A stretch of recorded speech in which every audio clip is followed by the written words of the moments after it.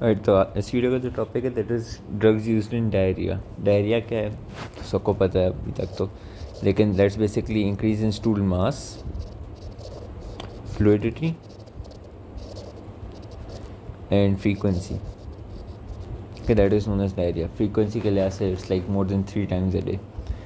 ठीक है, अब ड्रग्स यूज इन डायरिया में हमारे पास पहले तो मेन आ जाता है rehydration therapy, that is ORS वगैरह। जो इलेक्ट्रोलाइट्स लूज़ हुए हैं उसको बेसिकली आप वो कर रहे हो, रिप्लेनिश कर रहे हो। बाकी फिर हमारे पास आ जाती है एंटी डायरियल ड्रग्स।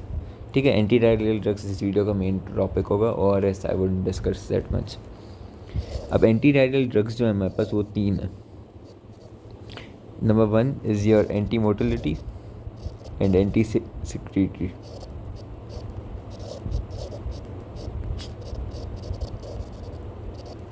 ठीक है, number 2 is your एब्जॉर्बेंट्स and number 3 is a fluid modifiers. ठीक है, अब एंटी मोटिलिटी एंटी सिक्रीटरी पे आते हैं। होता यूँ है कि हमारे पास बेसिकली 4 ड्रग्स हैं जो anti motility anti secretory reaction है उनका। Number 1 we have opioid agonist. Number 2 we have anticholinergics. Number 3 we have octreotide.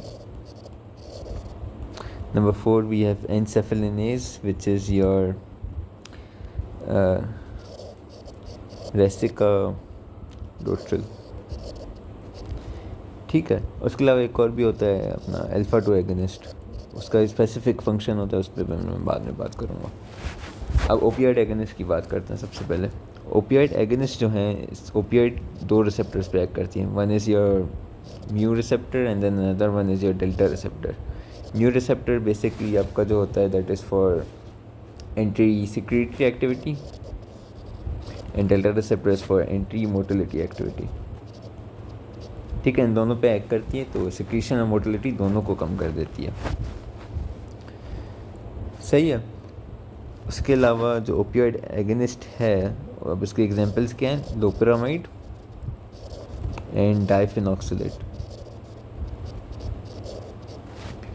सही है, तो that is your opioid agonist.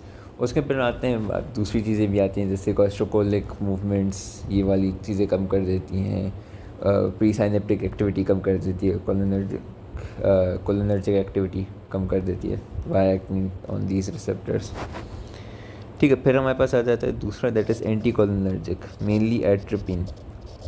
हमें मालूम है कि acetyl choline in cholinergic activity is essential for GI motility, तो इसलिए अगर एंटी कोलिनर्जिक दोगे तो फिर GI मोटिलिटी स्टॉप हो जाएगी।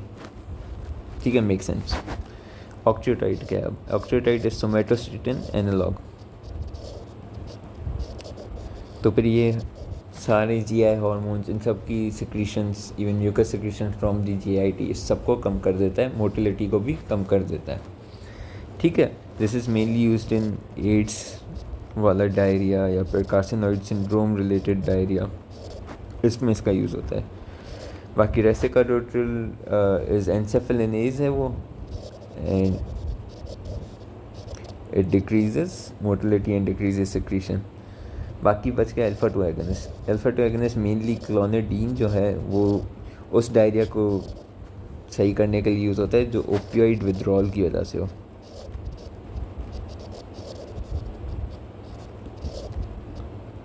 ठीक है, तो जो डायरिया ओपियोइड विड्रॉल की वजह से हो रहा है उसको हम सही करने के लिए क्लोनिडीन यूज़ करते हैं।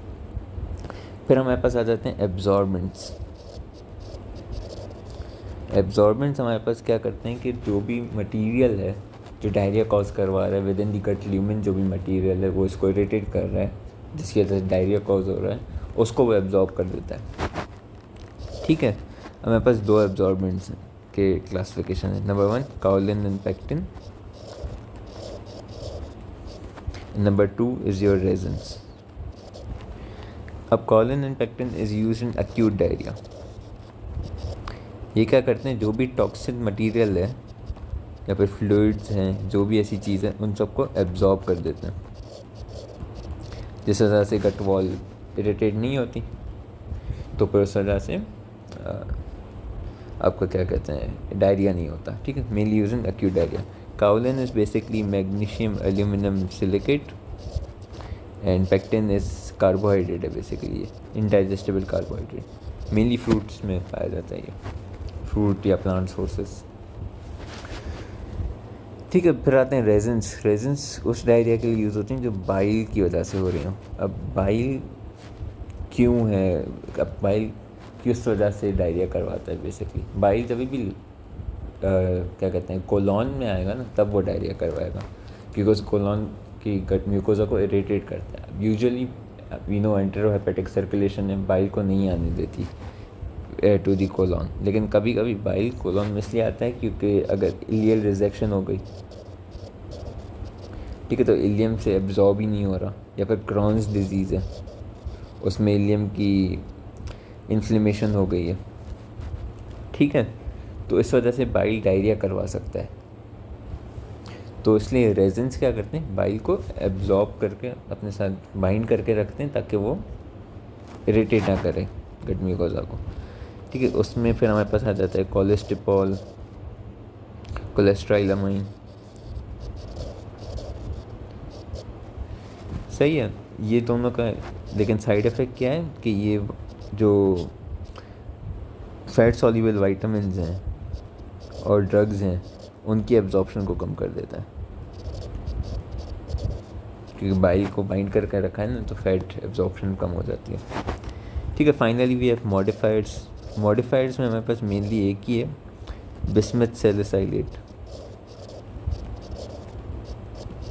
बिस्मथ सैलिसाइलेट क्या करता है कि ये जो फ्लूइड्स हैं और इलेक्ट्रोलाइट्स हैं इनका रीअपटेक करवा देता है विद इन दी म्यूकोजा,